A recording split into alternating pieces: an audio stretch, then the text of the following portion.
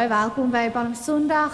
Is 'n beter plek om te wees. Ek weet meeste van julle dalk nie krag of water nie, so ek's bly julle het uitgekom. Kom ons sê daarom net vir mekaar, hallo, kom ons sê gelukkige Palm Sondag of dan nou 'n bietjie iets meer daar sê, maar kom ons groet mekaar dan net vanoggend.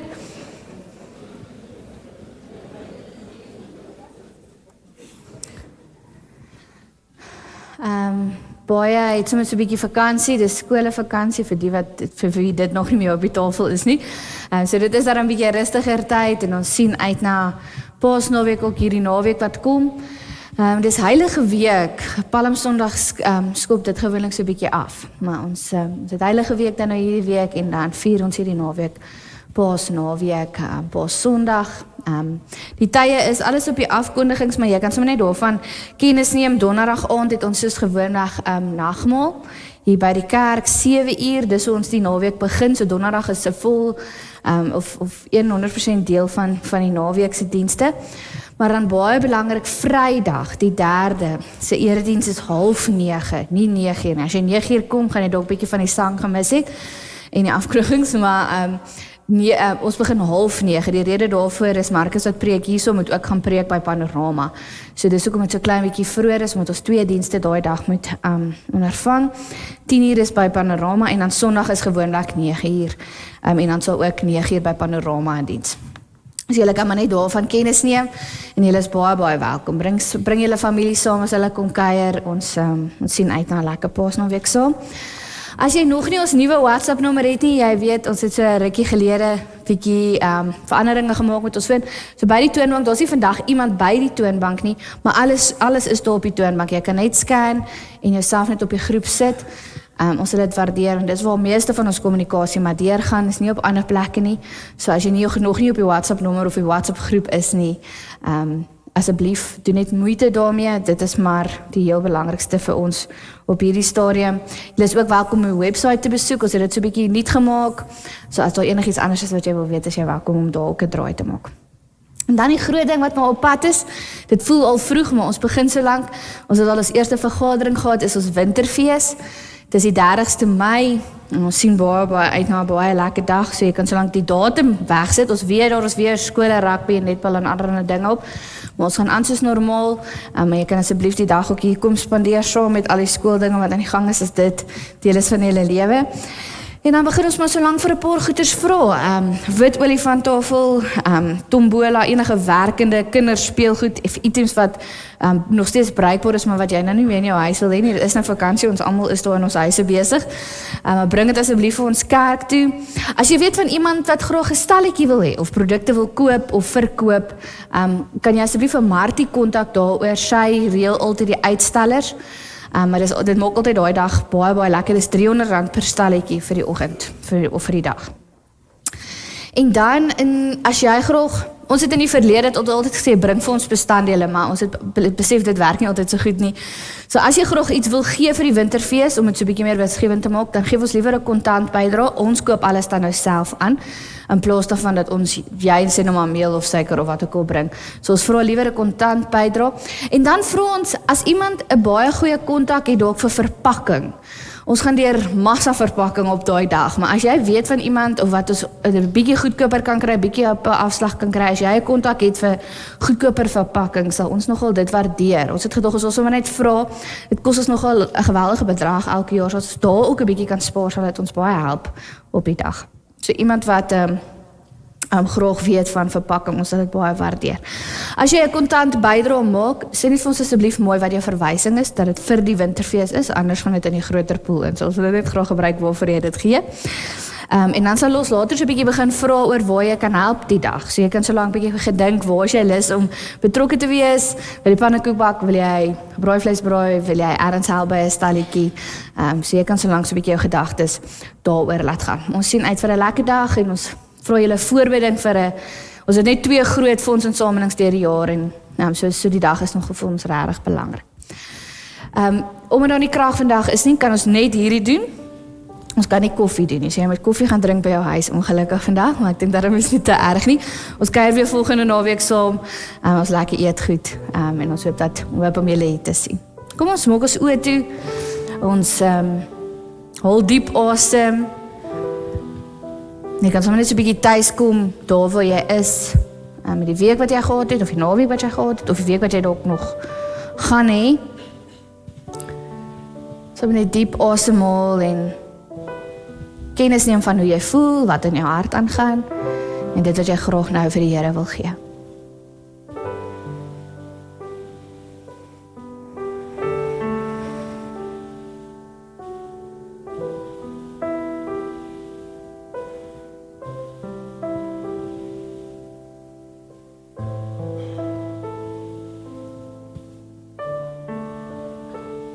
Here, baie dankie vir 'n mooi oggend. 'n Bietjie stiller as gewoonlik. Rondom ons. En die beweging is minder, maar mag dit ons sommer ons uitnodiging wees vanoggend om die stilte te gaan soek in ons harte, in ons gedagtes, in ons gemoed. En dankie dat ons aan staat maak op die teenwoordigheid ook nou hier by ons. Mag jy ons erediens seën, mag jy die erediens vir u eer en heerlikheid bring. Mag ons regtig so net intens bewus wees van die leiding ook hierdie week, pad na Paasnaweek toe, weer bewus word van 'n baie, baie groot geskenk wat ons ontvang het op Paasnaweek, nie net op die Vrydag nie, maar ook op die Sondag.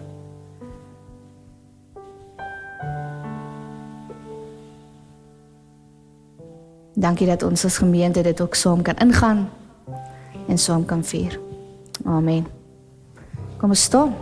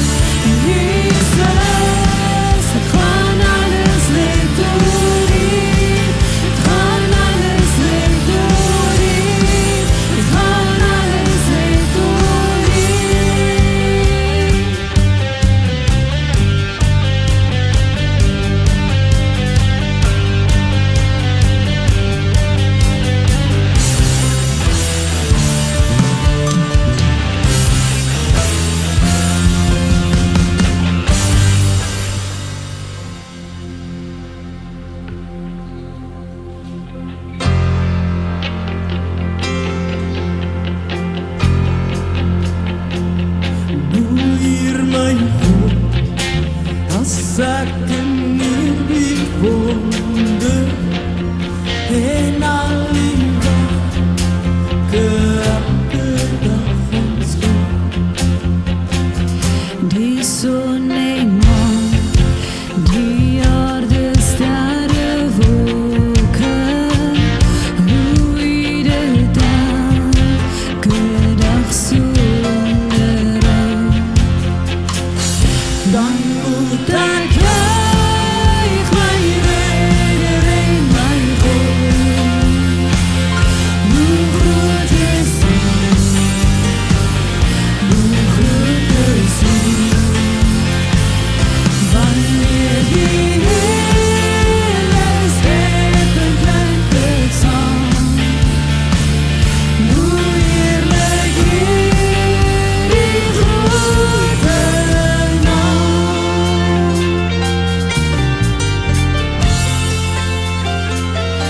Ek sien die veld, die bosse, berge, vlaktes. Ek hoor 'n fluister, grasse, stroom en wind. Hoe hierdie son verklein, vergroot, verwaares.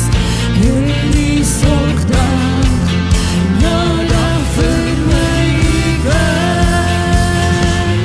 Dan moet ek juig my Redder en my God. Hoe groot is U, hoe groot is U.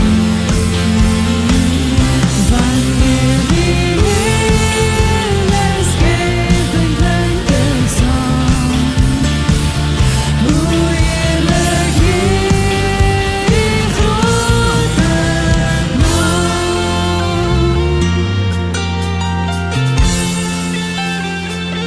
Die seën word mens in ons gebroke wêreld. Kom vestig Hy sy koningsheerskappy. Hy maak weer nuut wat sonder hier geruid het. Hy bring weer hoop en redding ook vir my. Dan moet ek juig my Redder en my God. Hoe groot is U, hoe groot is U.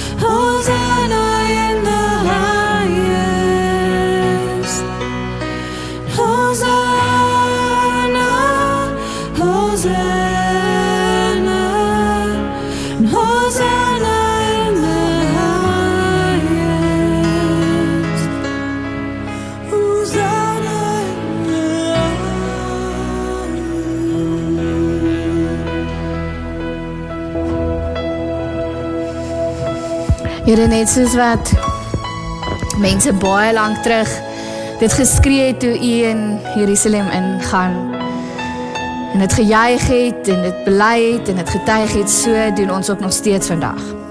Wat 'n voorreg om ons stemme by hulle sin te voeg na soveel jare. Amen.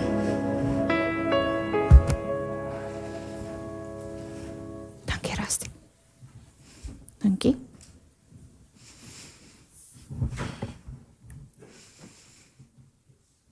Kry almal al warm. Volgende Sondag gaan ons hierdie aircon baie meer waardeer as wat ons doen gewoonlik. As jy 'n vinnige Google search doen, as jy vanmiddag by die huis kom, oor die term nederigheid, Engels noem ons dit humility of humbleness, amper in 'n manier, is wat jy kry nogal verbasend en ongelukkig gaan, as ek dit soek en as jy dit soek, gaan dit twee verskillende goeders oplewer. Ons almal se algoritmes verskil, even op Google, as jy dit nou nie kan onthou. Toe ek het soek, toe is hierdie die hoofopskrifte wat dadelik opkom. Whatever happened to humility? So dis gaan bietjie oor leierskap, onder the crisis of humility. Niks positief nie. The tragic death of humility, the modern society's wisdom deficit. Nogal ernstig. Ego and the demise of civility. The current epidemic of pride and our critical need for humility. Onder staan, how could the lack of humility be at the root of what ails America? Onder andere wat by hulle aangaan. Daarop gaan ek nou nie ingaan nie. Daar staan goed soos, whatever happened to humility? Waar is dit? Waar sien ons dit? So as jy vinnig dit gaan intik op jou rekenaar of later op jou foon, is dit wat jy kry nie noodwendig positief nie. Is dit wat jy kry nie noodwendig iets wat sê, wel, ons lewe in 'n tyd van nederigheid nie. Ons sien baie mense met hierdie kwaliteit nie. Ons sien baie mense met hierdie waarde nie. Dit is eintlik die teendeel. In die afgelope week, hoekom ek dit gaan soek het, is die afgelope week het my tyd saam met die Here, my stilte tyd gefokus op die tema van nederigheid, waar ons dit kry in die Bybel, hoe dit lyk, en die verskillende forme daarvan, want ek dink dit het my eintlik nogal uitgedaag of verbaas, want ek het agtergekom dat ons, of dan nou ek, baie eendimensioneel kyk of baie eendimensioneel verstaan het van nederigheid of van die konsep van humbleness of humility, noem dit dan nou wat jy wil. Ons verwar soms, dink ek, nederigheid as 'n tipe waarde en net dit. Jy het dit of jy het dit nie. Dis 'n tipe morele waarde. Amper soos 'n persoonlikheidstipe. As ons sê, ek is 'n introvert en ek's baie nederig, of ek dink as jy sê is nederig, weet ek nie meer nie, grap. Ek kan dan nou iets daar sê. Maar dit is amper soos 'n tipe van 'n persoonlikheidstipe of 'n karakterseienskap. Ek is maar net 'n baie nederige persoon. Ons verwar nogal soms nederigheid ook in die tweede aspek, dat ons dit sien as 'n tipe van 'n swakheid, nee, ek kan nie bekostig om nederig te wees nie. Ek kan nie bekostig om humble te wees nie. Ek sal 'n vloerlap wees. Dis net bedoel vir stil en stemmige mense wat nederig is. Mense sal oor jou loop. Jy dink nie baie van jouself nie, of jy ag jouself nie baie hoog nie. So in ons wêreld, en definitief die wêreld waarin ons leef, en in die wêreld waar dit opkom as jy dit Google, is dit nogal 'n wêreld wat vir jou sê, jy kan nie bekostig om nederig te wees nie. Jy kan nie humbleness of humility in jou lewe regtig bekostig nie. Jy gaan tweede kom. Jy gaan laaste kom.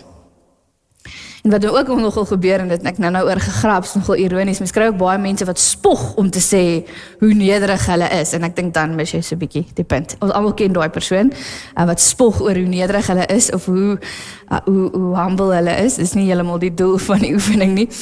Maar as jy moeite gaan doen, en ek dink dit was toen sommer vir my eintlik belangrik in hierdie week, as jy moeite gaan doen oor hoe en wat die Bybelse verstaan van nederigheid is, dink ek gaan jy nogal verbaas wees, en jy sal sien dat dit baie meer is as net 'n persoonlikheidstipe. Baie meer is as net iemand se geaardheid, of 'n baie mooi morele waarde wat jy nou al gekweek het deur jou lewe nie. Dis baie meer as dit, en jy sal dit verseker ook nie sien as 'n tipe swakheid nie. Jy sal dit verseker nie sien as iets wat jou te nakom of wat jy nie kan bekostig in ons wêreld vandag nie of in vandag se lewe nie. Die Bybel praat verskillende maniere oor nederigheid, maniere hoe ons dit kan verstaan. En ek dink die belangrikste ding wat eintlik toe nou in my voorbereiding en in die week toe nou by my tuis gekom het, dit as ek die Bybel reg verstaan en as ek Jesus reg verstaan, het dit baie meer te doen met 'n manier van lewe. Dit het baie meer te doen met Jesus se uitnodiging aan my en jou vir 'n alternatiewe manier van lewe in 'n klomp aspekte waarvan nederigheid dan nou een van hulle is. Dit is 'n uitnodiging tot 'n ander manier van lewe, 'n ander gesindheid, 'n ander manier van kyk, 'n ander manier van perspektief hê, 'n ander manier van in interaksie wees met ander mense. As ek die Bybel en Jesus reg verstaan, glo ek dit is vir ons 'n uitnodiging om op 'n sekere manier te leef. Anders as wat ons aangewoond is en anders as wat die wêreld besig is om vir ons te wys. Veral in ons pad tot disipelskap, ons het die afgelope tyd regtig nogal tyd daaraan spandeer. As ons sê ons is disipels, as ons sê ons is op weg, op reis, besig om te leer soos Jesus, te word soos hy, dan is dit veronderstel om deel te word van ons manier van doen en ons manier van lewe. Hierdie nederigheid word dan nou eintlik baie meer as net 'n mooi waarde, maar dit word 'n manier van wees. Dit word 'n manier van lewe. Iets wat ons elke dag moet inoefen. Ek dink nie jy word in die oggend wakker en sê nou is ek 'n nederige persoon nie. Dis iets wat elke dag 'n klein bietjie ingeoefen moet word. Elke dag 'n bietjie meer opgelet moet word en sê wel vandag is dit my doelwit. Vandag probeer ek dit, vandag luister ek na Jesus. Vandag soek ek vir plekke waar humility of humbleness of nederigheid 'n klein bietjie meer my manier van doen en my manier van lewe is. Dis nie iets wat oornag gebeur nie. Ek dink ons kultiveer dit reg oor ons lewe. So ons gaan vandag 'n bietjie kyk oor hoe die Bybel daaroor praat en ons gaan nou eindig as Jesus 'n ongelooflike voorbeeld op Palm Sondag, juis in terme van hierdie tema. So as jy jou Bybel saamgebring het, ons gaan 'n hele paar gedeeltes lees vandag. Maar jy kan jou Bybel oopmaak by Lukas so lank. As ek dit kan kry in my Bybel. Ja, Lukas 18. Ons maak so net ons oë toe, vra vir die Here om ons tyd nou in die woord te seën. Here, dankie dat ons Bybels oop kan wees vir ons.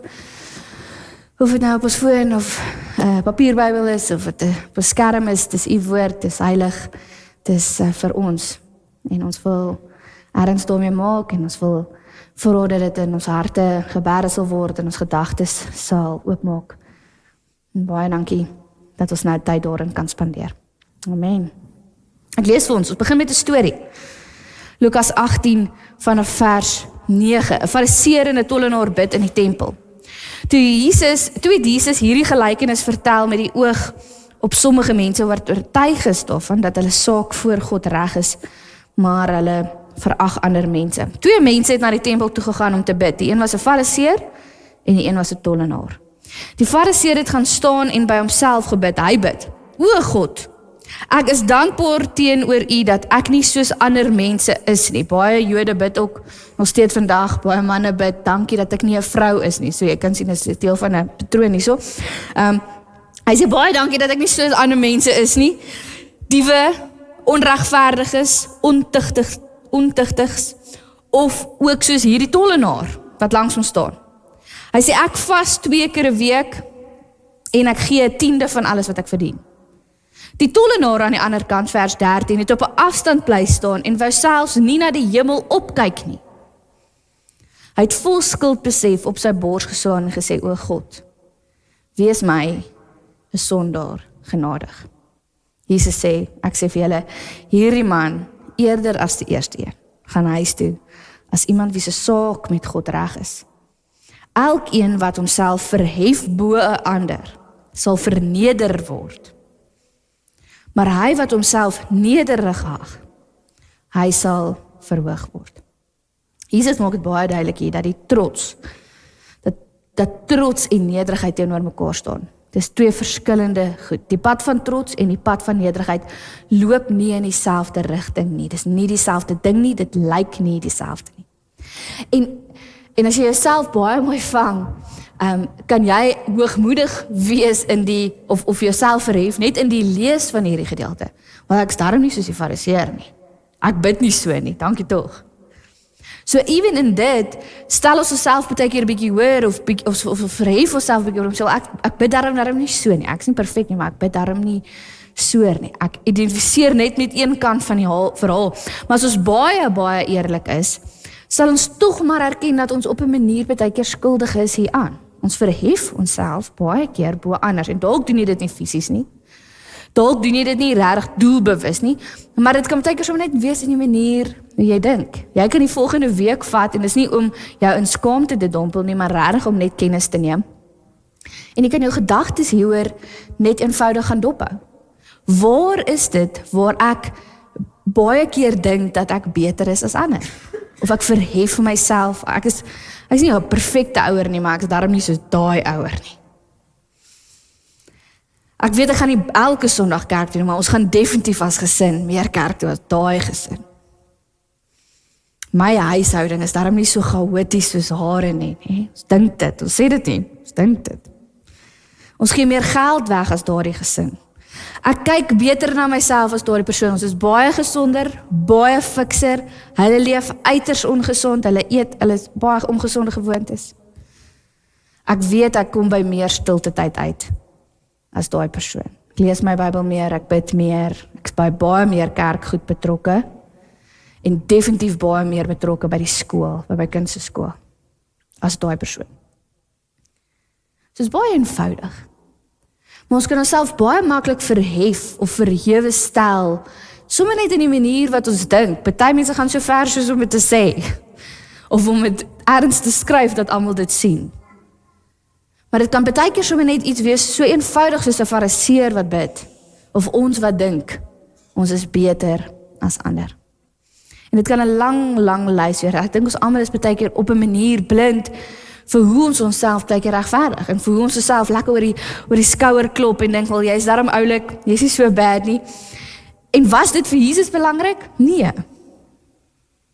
Die vas, die weggee, die feit dat jy dink jy's regverdig, die feit dat jy dink, wel, ek steel daarom nie, ek is daarom nie 'n dief nie, ek is nie perfek nie, maar ek steel daarom nie. Was dit vir Jesus belangrik? Nee. Hy maak dit baie duidelik in hierdie baie kort gedeelte, in hierdie kort verhaal, om te sê, wat vir my belangrik is 'n diep afhanklikheid. 'n Intense bewustheid van my eie tekortkominge en my eie behoefte aan God se groot genade. Daai tollenaar bid, o God, wees aan my 'n sondaar genadig. Have mercy on me, a sinner. Die groot verskil is die manier van lewe. Om te sê, gaan ek myself die hele tyd geluk wens oor hoe oulik ek is, oor die skouerklop, om te sê, jy doen daarom goed. Dis is so bad nie. Of onthou hoe diep afhanklik ek is van die Here se genade. As jy jouself so 'n bietjie in hierdie beeld kan insit, in hierdie scene amper, in hierdie gedeelte. Die tollenaar en die fariseer verskil, hulle lewe verskil drasties. En hulle is ook so gesien in die samelewing. Maar hulle altyd kom kerk toe, of in hulle tyd was dit 'n tempel, die helemaal so gelyk soos ons in nie. Hulle altyd staan, dit was die Joodse gebruik, en hulle altyd bid. Maar die verskil kom in by wat hulle bid. Die verskil kom in met die gesindheid waarna hulle toe na God kom, waarmee hulle na God toe kom. Die fariseer is vol vergelyking. Ek's daarom nie so nie, ek's daarom nie so nie, dankie tog ek is nie so nie. Het jy al gehoor van die term death by comparison? Is dit? Hy vergelyk hom, sy gebed is een reuse vergelyking van ten minste is ek nie dit nie. Maar die tollenaar se gebed is vol selfrefleksie. Selfrefleksie en 'n desperate poging vir genade. In Engels noem hulle dit mercy, partykeer verduidelik dit nogal mooi vir my. 'n Desperate poging vir die mercy van God om oor hom te spoel. En watter gebed word aanvaar? Watter gebed word aanneemlik vir God? Voor dit wat hy sê, wel, as hulle altyd by hierdie deur uitstap, is die een wat se saak met God reg is, na hierdie tyd in die kerk en na hierdie tyd in gebed, is die een wie se saak met God reg is die een wat gesê het, ek is 'n sondaar, ek het die Here nodig, ek doen nie als reg nie, ek is nie perfek nie, maar ek weet hoe afhanklik ek is van God. Dis die persoon wie se saak met God reg is. Vers 14 sê, hierdie man, eerder as die eerste een gaan huis toe, as iemand wie se saak met God reg is, en dit is crucial, crucial om te verstaan, dis hoe God nederigheid verstaan. Dis hoe hy, in die Engelse kommentaar is daar 'n humbleness before God. Dit is amper soos, dit is voor God. En dit is hoe dit lyk. Dit is iemand wat naby genoeg aan die Here leef. Naby genoeg aan God leef om te weet hoe afhanklik ek is. Wat weet hoe nodig ek hom het. Wat weet dat ek kan nie alles self doen nie. Ek is nie altyd reg nie. Ek het nie altyd al die antwoorde nie. Maar ek weet hoe my verhouding met die Here lyk. En ek weet dat ek hom nodig het, dat ek nie sonder hom kan nie. En dis in dit wat ons vry is. Dis in dit, in daai verhouding en daar nabyheid wat ons vry word. 'n tweede storie kom in Lukas 14 oor, so jy kan net so 'n bietjie terugblaai. Lukas 14 vers 7 tot 11. 'n hoogmoedige pas nie by Jesus se vereiste nie. So dit loop hand in hand. Toe Jesus sien dat almal wat na die ete toe genooi was, naby die kop van die tafel probeer sit, so jy kan sommer net jouself inleef in hierdie partytjie, almal probeer op die regte plek sit. Het hy hulle hierdie raad gegee. Hy sê, as julle na 'n bruilof toe genooi word, moenie altyd die beste plek uitsoek nie. Met ander woorde, in ons tyd moenie op die ma van die bruid se plek gaan sit nie, okay? Of die pa van die bruid, of wat ook al. As julle na 'n bruilof toe genooi word, moenie altyd die beste plek uitsoek nie, want as daar iemand belangriker as jy ook genooi is, onthou in hierdie samelewing was daar 'n baie groot verskil in waar jy geplaas word in die samelewing. Ongelukkig, hulle het 'n groot hiërargiese struktuur gehad van daar kan mense by die kerk inkom, maar daar is belangriker mense gewees. Selfs so by 'n partytjie, selfs so by 'n fees, selfs so by 'n troue. Hy sê, as daar iemand belangriker as jy ook genooi is, die gasheer sê, laat hierdie persoon asseblief sit. Hy sal na jou toe kom in die kerk en sê, staan jy asseblief op, jy sit op 'n baie belangriker persoon as jy se plek, sy van skuif. Dan sal jy met 'n rooi gesig opnuut 'n nuwe plek moet gaan soek. Aan die eind van die tafel, want al die plekke is reeds gevat. Maak liewer so, sit aan die einde van die tafel. Sit aan die eind van die tafel, dan wanneer die gaste jou sien, sal hy sê, vriend, ons het 'n beter plek vir jou as dit. Dan sal jy voor al die ander gaste vereer word. En die hoogmoediges sal verneder word, maar die nederiges sal vereer word. Baie eenvoudige verhaal, wat vir ons kom verduidelik dat die Bybelse tyd nie soveel verskil het van die tyd waarin ons vandag leef nie. Ons leef in 'n wêreld waar almal die heeltyd probeer vooruitkom. Wat almal die heeltyd probeer bo uitkom. Dis nie moeilik om dit te sê nie. Jy hoef dit nie eers in Google in te sit nie. Dis uiters uitputtend ook. As ons mooi gaan oplet oor hoe dit ons laat voel om die heeltyd so in vergelyking te wees, die heeltyd te probeer vooruitkom, is dit baie uitputtend, is baie uitmergelend. En ek dink ons samelewing is op 'n plek waar ons voel, maar ek kan nie anders nie, want dan gaan ons nooit wen nie. Ons gaan nie oorleef nie. As ek nie op hierdie manier funksioneer in my eie lewe, in my kind se lewe, by die skool, by die werk, of wat dit ook al mag wees, as ek nie op hierdie manier funksioneer nie, gaan ek nie oorleef nie. Dis 'n dog eat world. En as ek nie myself probeer verhef nie, as ek nie myself probeer vooruitbring nie, gaan dit nie werk nie. Gaan ek nie oorleef nie. Ek gaan nie vooruitkom in my werk nie. Ek gaan oorgesien word vir promosie, oorgesien word vir verhoging. Veral in 'n Suid-Afrikaanse werkskultuur, ek dink as ons op daai konteks van toepassing is, met politieke onderstrominge en ekonomiese druk en wat tans in die wêreld aangaan, word nog erger. As ek nie my kind tot voor in die ry druk nie, sal hulle nooit presteer nie. Dit is net te kompeterend, die skole is net te groot, so ek doen alles in my vermoë om my kind so voor in die ry te kry soos wat ek kan.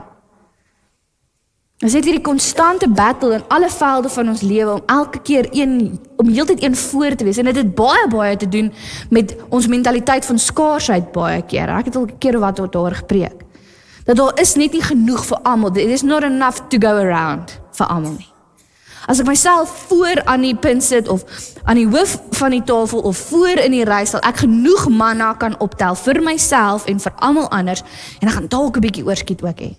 Dit het baie te doen met ons godsdienst. Dit het baie te doen met ons mentaliteit van skaarsheid, dat daar is nie genoeg vir almal nie.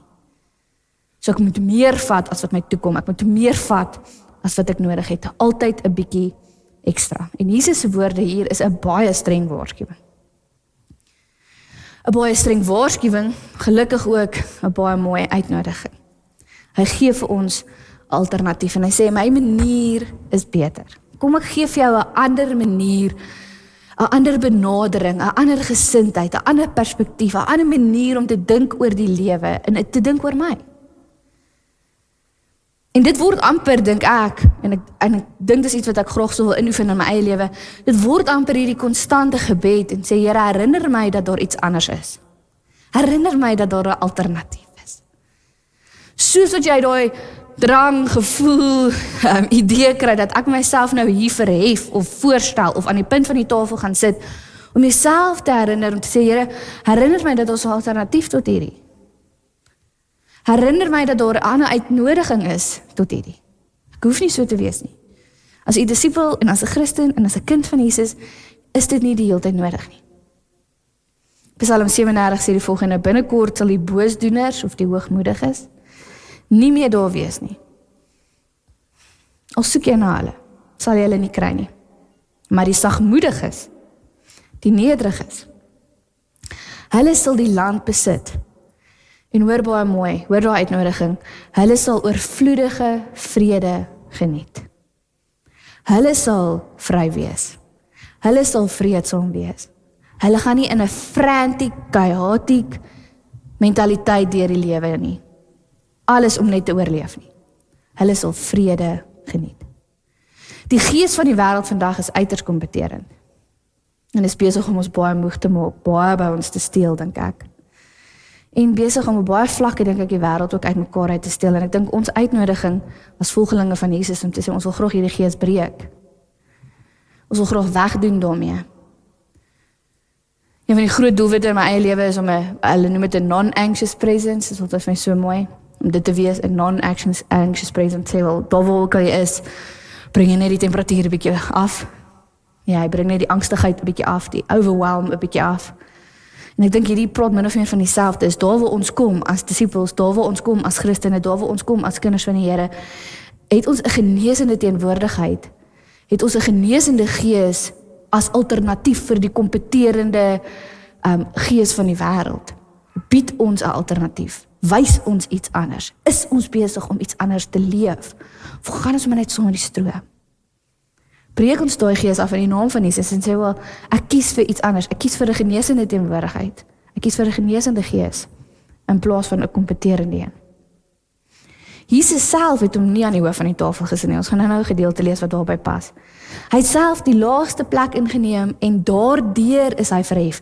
Daardeur het God ingekom by die feesmaal en gesê, ek het 'n beter plek vir jou, staan asseblief op.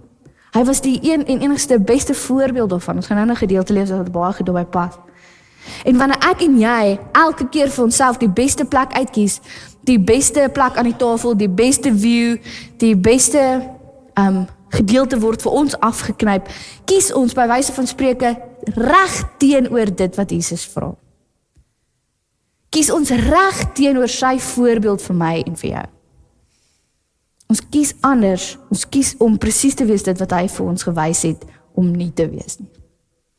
In Jakobus is daar 'n gedeelte in Jakobus 4 staan daar, God weerstaan hoogmoedige mense, maar aan nederige mense gee hy genade. Die laaste gedeelte wat ons 'n bietjie gaan saam lees, kom uit Efesiërs uit. Nee, dis nie die laaste gedeelte nie, ons nog een. Efesiërs 4. Ons staan, Paulus is aan die woord. Hy sê, ek doen dit as 'n beroep op julle. Ek wat 'n gevangene in diens is van die Here is, leef 'n lewe wat pas by die waardigheid van die roeping waarmee julle geroep is. Hy is besig om aan 'n gemeente te skryf. So julle kan sommer net dit dink, dis die brief wat ons skryf vandag. Met totale beskeidenheid. Ander vertaling sê totale nederigheid. Met totale beskeidenheid en sagmoedigheid, ja, met geduld moet julle mekaar in liefde verdra. Deur in vrede met mekaar te lewe, moet julle daarop toelê om die eenheidsband te bewaar wat die Gees bewerk het. Daar is net een liggaam, net een Gees. Soos julle net een toekomsverwagting het op grond van julle roeping. Een Here, een geloof, een doop, een God. Ons almal se Vader. Hy heers oor almal, werk deur almal, woon in almal. Maar aan elkeen van ons afsonderlik is volgens God se vrygewigheid 'n genadegawe gegee. Paulus se brief hier kom verduidelik iets van hoe dit lyk om in gemeenskap te lewe. As ons wil gemeente wees, is nederigheid veronderstel om deel van die pakkie te wees. En dit gaan saam met 'n klomp ander goed, daar's 'n wisselwerking tussen 'n hele paar ander goed, ek nou daarby kom. Maar vir ons lewe in gemeenskap is dit nodig. Hierdie is Paulus se woorde aan die kerk in 'n baie diverse gemeenskap, 'n diverse groep mense. Hy sê as julle wil saam leef, as julle dit wil regkry om lewe saam te doen, saam te kerk te wees, saam lewe te doen, saam eenheid te wees, dit te lyk en dit uit te leef, kan dit nie gaan sonder nederigheid nie. Dit kan nie gaan sonder beskeidenheid nie. Daar moet 'n totale nederigheid en 'n totale beskeidenheid wees. En as jy hierdie gedeelte lees, want dis wat met my gebeur het, gebeur daar twee goed met my. Een is, dit klink fantasties om in so 'n gemeenskap te leef. Klink dit nie vir julle amazing nie? As ons almal al hierdie goeders die hele tyd kan regkry, sal dit ongelooflik wees. Nou ek kan net goed praat van ons gemeente, as iemand my vra, het ek niks sleg te sê nie. Maar ek weet ons skiet tekort op baie plekke van dit. Ons is ook nog nie perfek nie. Ons oefen en ons werk hard en is vir ons lekker, maar ons is nie hier waar hy is nie. Te sê ons verdra mekaar in totale liefde. Ons is almal altyd heeltemal beskeie. Ons is almal heeltyd geduldig met mekaar. En ons kry dit nog nie reg nie. Ons oefen en ons werk hard en ons bid en ons kom saam en ons probeer, maar ons is nog nie daar nie. Dit sal amazing wees om so te kan leef. En daar is plekke waar dit ook die waarheid is van ons gemeenskap. Hier kom baie nuwe mense by ons gemeente aan en sê, maar dis presies wat ons beleef. Ons beleef 'n lekkerte, mense wat vriendelik is, mense wat beskeie is. Die meeste mense sê is ontsettend baie kinders, maar dit is 'n ding vir 'n ander dag. Maar baie mense wat net hier aankom sê, maar dis wat ons beleef het, is 'n gemoedelike atmosfeer tussen mense en dis fantasties. Dit is nie altyd so nie. Nie noodwendig net by ons nie, maar die kerk oor die algemeen word nie noodwendig so ervaar nie. 'n plek waar mense welkom is en 'n plek waar mense tuis is. Het sal amazing wees om deel te wees van dit. Maar dit is iets wat ons gaan moet inoefen. Maar die tweede ding wat met jou gebeur is ook dat dit jou uiteraard moet intimideer en uitdaag. Maar gedeelte sê baie duidelik vers 2, totale beskeidenheid en totale nederigheid. Ek weet nie of ek dit gaan regkry nie. Ek weet nie van jou nie.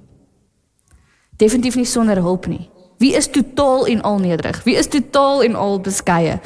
Niemand van ons sonder hulp en sonder baie genade nie. Maar ek dink hierdie gedeelte is 'n goeie voorbeeld van dit wat ons gepraat het oor aan die begin. Ons dink baie keer aan nederigheid op 'n eendimensionele manier. Maar dit loop hand in hand saam met 'n klomp dinge. En ek dink Paulus verduidelik dit eintlik baie goed hier. So hy sê, om geduldig te wees, om mekaar te verdra in liefde, het ook te doen daarmee. Ons lees in 1 Korintiërs 13 nogal dit. Liefde is geduldig. Liefde is verdraagsaam. En alles is in wisselwerking met mekaar. Ons geduld met onsself en met ander het baie meer te doen met ons eie nederigheid. Ons eie humbleness, ons eie humility in God, in die afhanklikheid wat ons het teenoor die Here, as wat ons besef. Ons vermoë om onsself en God en mekaar en die wêreld lief te hê, soos ons opdrag is, het baie meer te doen met die manier hoe jy nederigheid kultiveer in jou lewe, as wat jy dalk dink.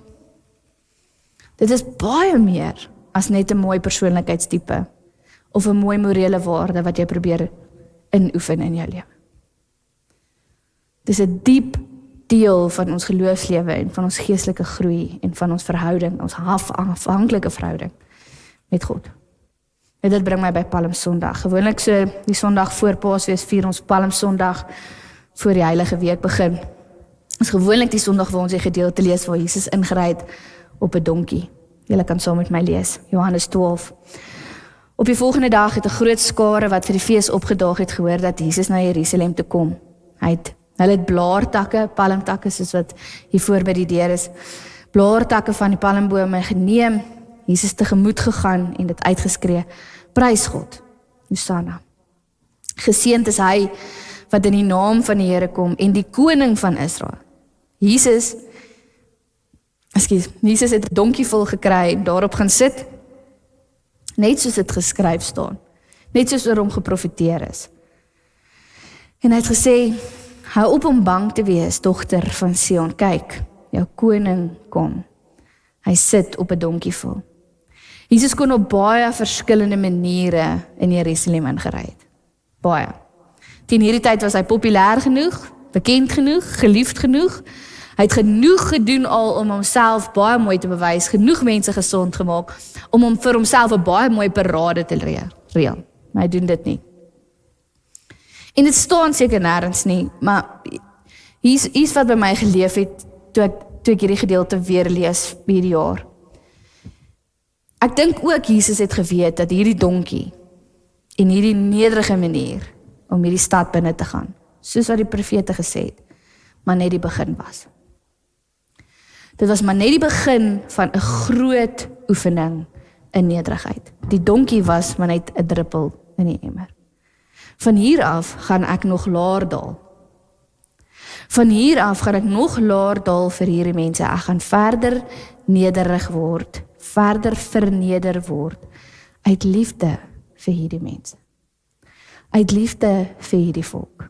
Uit liefde vir my en vir jou en vir hierdie wêreld. Laer as die kruis, laer as die marteling wat dit vooraf gegaan het, laer as die bespotting, die teregstelling, kon die koning nie gaan nie, ons koning. En hy het dit goed geweet, en die donkie was net die inleiding. Die donkie was net die begin. 'n nederige vul. Ons lees elke jaar hierdie Sondag van hierdie. Dit was maar net die begin, so 'n afdraande pad, eintlik in 'n intense oefening van nederigheid. Filippense 2 skryf Paulus daarvan, hy sê, julle gesindheid moet soos Christus in wees. Alhoewel hy self God was, het hy nie vasgeklou aan die goddelikheid wat hom toegekom het nie. Maar hy het dit prysgegee. Hy het 'n slaaf geword, aan mense gelyk geword, hoor julle net daai aftaal. En toe hy as mens geleef het, het hy homself nog verder verneder, deur tot die dood toe gehoorsaam te wees, ja, tot die kruis. Soos Jesus se verhaal op Palm Sondag word vir ons amper die ultimate voorbeeld, die ultimate beeld van wat dit lyk om met 'n gesindheid van nederigheid te leef. Ons almal se storie eindig nie noodwendig by die kruis nie, maar dis 'n manier van leef om te weet, dit is wat hy vir my gegee het. En daarom, en uit dit uit, en as gevolg daarvan, is dit iets wat ek wil kultiveer in my eie lewe. So hier is die vraag waarmee ek jou wil los, so voor Heilige Week, voordat ons hierdie week ingaan van Paasfees. Kies jy vir 'n lewe 'n manier van nederigheid, van humility, van humbleness? En besef ons dan nou as gemeente, as Christene, as disippels, besef ons is geroep vir hierdie manier van lewe in 'n wêreld wat 'n critical need for humility het, wat 'n crisis of humility het, wat 'n wisdom deficit het, wat 'n epidemic het van pride, van trots. Besef ons, dit is die wêreld waarin ons geroep is om anders te wees. Of is ons skuldig aan die teenoorgestelde? Amen. Ek wil vir jou geleentheid gee vir stil gebed om net te antwoord op dit wat jy nou gehoor het by die Here, of dit waarmee hy met jou gepraat het.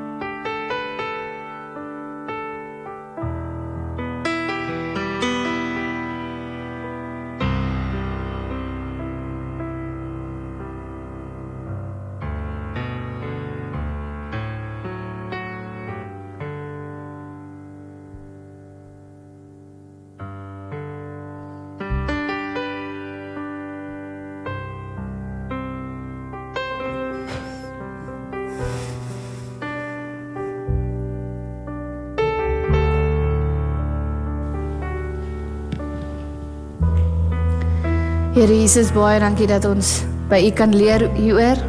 Ons hoef nie by die wêreld te leer nie, ons het 'n alternatief. Ons het 'n ander plan, ons het 'n ander voorbeeld. Mag ons dit gaan uitleef. Mag ons dit gaan inoefen, gaan uitleef in ons wêreld. Dankie dat U vir ons nederigheid kon beliggaam het op 'n donkie by die dag baie lank terug. En dat dit maar net die begin was van 'n lang oefening en U wat U self laer en laer gestel het vir ons, uit liefde vir ons. Uit liefde vir ons mense en die kinders. Ons is baie, baie dankbaar daarvoor. Amen. Kom ons sluit af.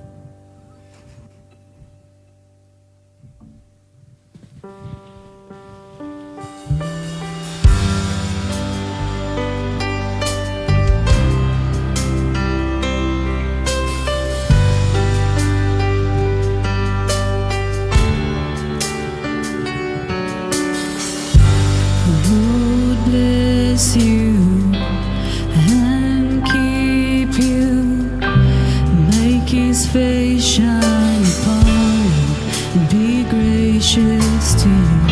The Lord turn His face toward you and give you peace.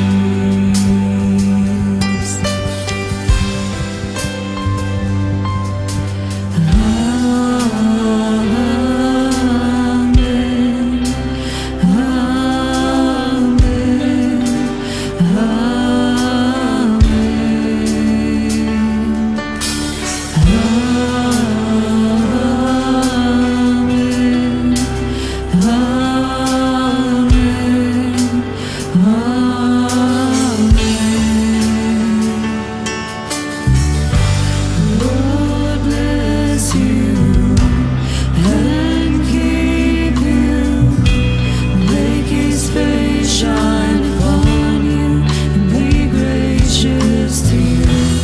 Lord turn His face toward you and give you peace.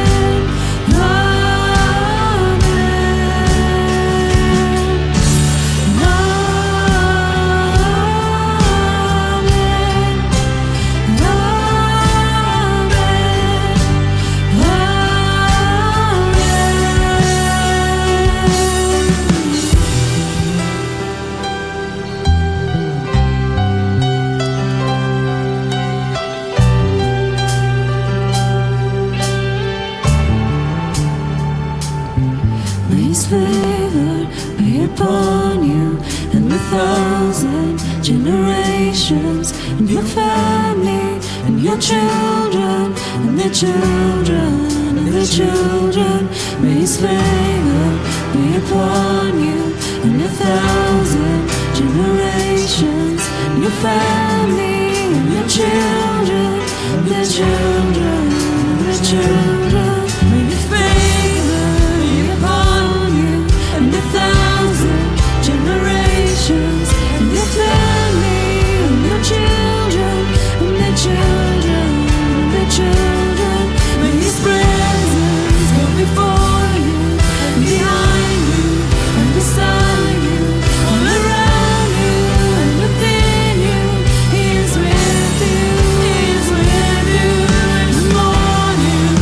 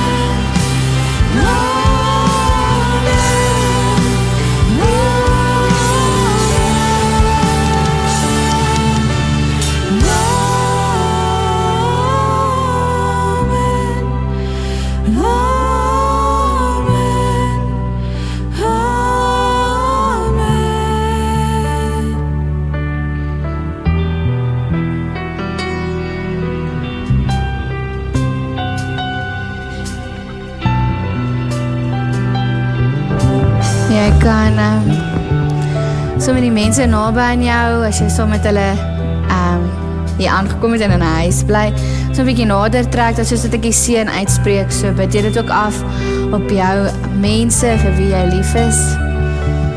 En so ek om jou oë toe te maak en ek self dan net die seën van die Here te ontvang.